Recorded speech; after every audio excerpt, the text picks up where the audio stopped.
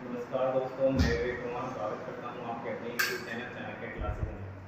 जैसा कि आप लोगों को हमने कल की वीडियो में नाउन के कुछ पार्ट्स के बारे में बताया था, तो उसका आज एक बार रिवीजन कर लेते हैं, उसके बाद आगे चलेंगे। हमने कल आपको बताया था कि जो नाउन है उसको हम 5 पार्टों में डिवाइड करते हैं।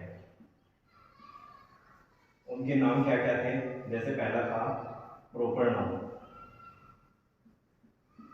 दूसरा था हमारा कलेक्टिव नाउन, तीसरा था हमारा मटेरियल नाउन, चौथा था हमारा एब्स्ट्रैक्ट नाउन और पांचवा था हमारा कॉमन नाउन। फिर हमने नाउन के दो पार्ट के बारे में और पढ़ा था। एक तो था हमारा काउंटेबल और दूसरा था अनकाउंटेबल।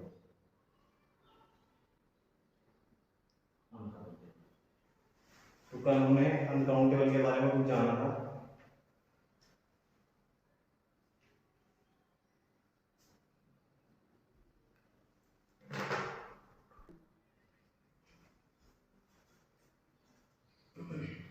तो जैसा हमने कल अनकाउंटेबल का रूल बताया था, उसे एक बार रिवाइज कर लेते हैं। पहला क्या बताया था कि जो भी अनकाउंटेबल नाउन होते हैं, जैसे कुछ बताए थे, एडवाइस हो गया और आपका फ्यूल हो गया, सीनरी हो गया, तो इनमें हम क्या नहीं करते। पहली बात तो आर्टिकल ए और एन का प्रयोग नहीं करेंगे। जो हमारी वर्ब है उसका फर्स्ट फॉर्म का प्रयोग करेंगे। तो इस पर आपको एक एग्जांपल देता हूँ। राम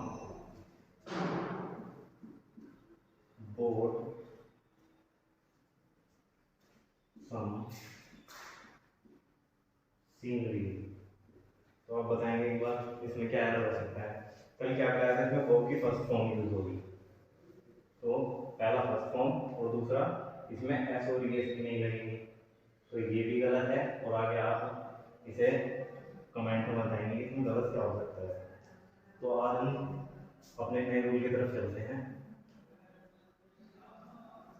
तो देखिए हमारा नया रूल है क्या। ये कुछ वर्ड्स हैं जैसे cattle, gentry, dysentery, Hillary, people और मेजोरिटी। ये सभी वर्ड प्लूरल फॉर्म में अपने आप ही रहते हैं, इन्हें हम कभी भी प्लूरल फॉर्म नहीं बनाएंगे।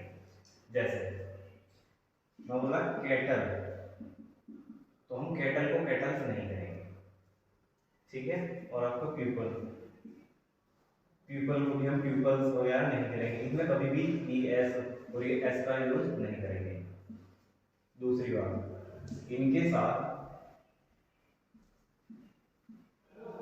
इनके साथ जो हमारी वर्ब है वो कैसी यूज होगी, प्लूरल। तो आपने क्या समझा है कि ये जितने भी वर्ड्स पढ़े हुए हैं, ठीक है। कैटल का मतलब क्या होता है? इसका मतलब होता है जंगली जानवर कह सकते हैं हम, या मवेशी, ठीक है। तो इन सब के साथ अब हम एग्जांपल से आगे समझेंगे।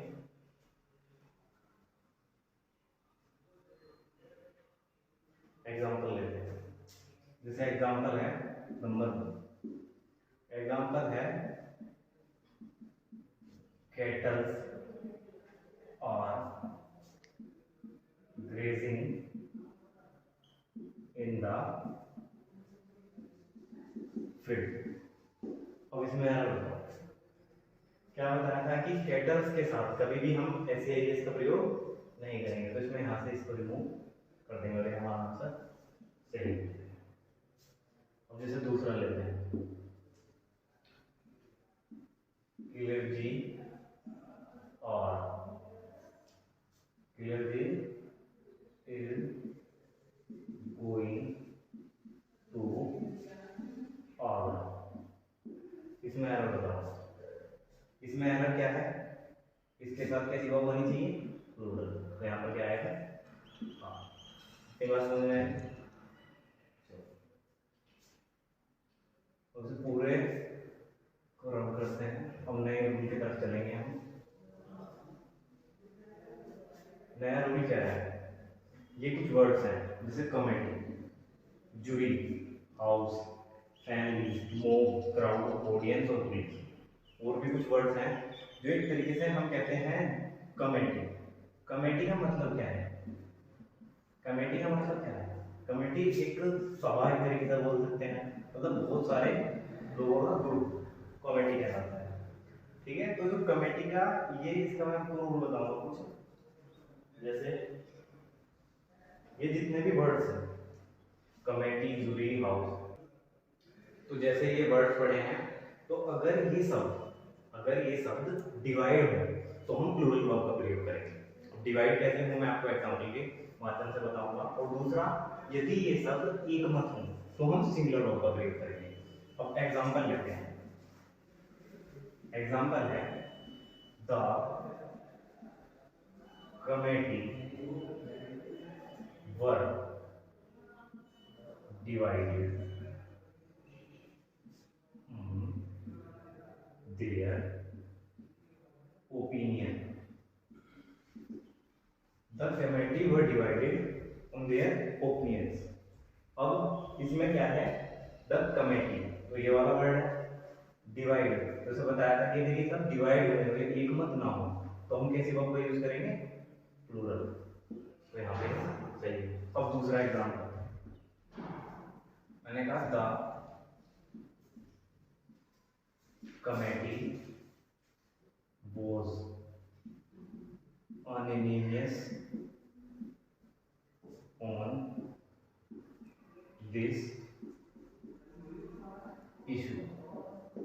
अब इसमें क्या है, क्या था दूसरा रूल, यदि ये सब एक मत हो तो अनियमित का मतलब होता है एक मत होना, किसी चीज का ग्रुप होना, एक मत कह सकते हैं हम ग्रुप होना, तो उसमें हमें कैसे वर्ब का प्रयोग करेंगे, सिंगुलर वर्ब का। तो यहाँ कहता है वाह, तो यहाँ पर ये सही है।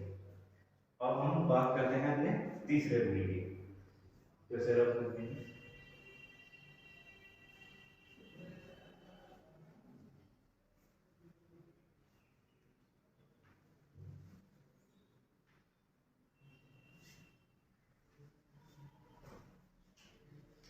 ये रूल है rule number 3, offspring, deer, fish और शिप। ये जो वर्ड्स हैं, इन वर्ड्स पे एक खासियत है कि ये वर्ड्स कभी भी इनके साथ हम कुछ भी छेड़ाखानी नहीं करेंगे। मतलब जैसे लिखा है डियर, तो अगर हमें डियर का प्लूरल बनाना है तो हम इसे डियर नहीं करेंगे। अगर फिश है, अगर इसका हमें प्लूरल बनाना है तो हम इसे फिशेज नहीं करेंगे। ठीक है, और इनके साथ जो वर्ब यूज होगी वो सिंगुलर और प्लूरल दोनों हो सकती है।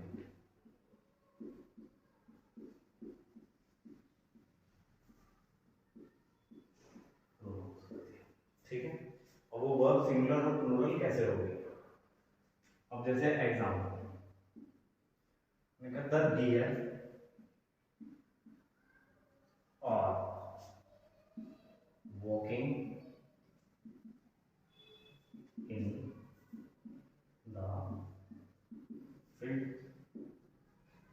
The deers are walking in the field, तो हमने क्या किया है ना डियर, तो ये क्या है द, लेकिन द किसे डिनोट करता है, तो द के साथ डियर की बात है तो इसका मतलब ये डियर कैसे हैं बहुवचन, तो यहाँ पर हमारा आर ठीक है, लेकिन हम इसके साथ एस का प्रयोग नहीं करेंगे। जैसे दूसरा एग्जाम्पल, आ डियर इज, हम कह सकते हैं रनिंग ऑन द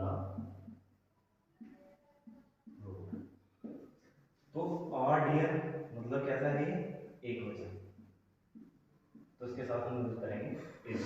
तो इनके साथ कभी भी एस या एस का प्रयोग नहीं होगा। अगर कहीं भी आपको ऐसा लिखा दिखे डियर के साथ डियर्स उसके बाद प्लूरल फॉर्म हो तो आप यहाँ से इसे रिमूव कर देंगे। अब हम कुछ एग्जांपल देखेंगे जो हमने रूल अब तक पढ़े हैं उनके बारे में।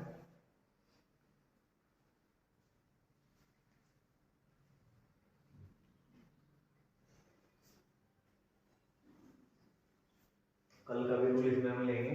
जैसे पहला, the sceneries are very good, पहला आया, इसमें बताएंगे। दूसरा,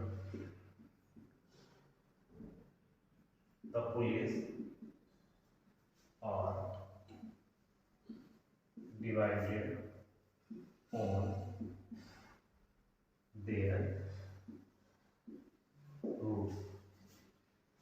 तीसरा, kettles are going for बोल सकते हैं मैं, going for road to walk या to graze। और इसमें अलग होगा। पहला, तो पहला क्या था, द सीनरीज। कल बताया था कि सीनरीज के साथ एक तो एस नहीं होगा। दूसरा क्या होगा, ये आर प्लूरल फॉर्म, क्योंकि ये कैसा नाउन है, अनकाउंटेबल। तो अनकाउंटेबल नाउन के साथ क्या बताया था कि हम एस नहीं लगाएंगे और प्लूरल फॉर्म का प्रयोग नहीं होगा। तो यहाँ से आर को भी रिमूव करेंगे और इसको, ये सेंटेंस करेक्ट हो जाएगा। दूसरा सेंटेंस क्या है, the police are divided on their rules. Rule क्या था कि जैसे पुलिस, ये सब वर्ड्स हैं और अगर ये डिवाइड हुए हैं तो हम कैसी वर्ब का यूज करेंगे, प्लूरल का। यहाँ पे कैसी वर्ब का यूज है, प्लूरल का। तो ये सेंटेंस कैसा हो जाएगा हमारा, राइट। अब तीसरा क्वेश्चन है, cattles are going for road to grazing, कहते हैं हम देयर, वहां पर चढ़ने के लिए। तो कैटल्स आर ग्रेजिंग, कैटल के साथ क्या बताया था, आर आएगा, ये तो करेक्ट है, लेकिन ये कह रहा क्या है, कैटल के साथ एस नहीं है। ठीक है, तो आज हम समाप्त करते हैं आज अपने लेक्चर को। धन्यवाद।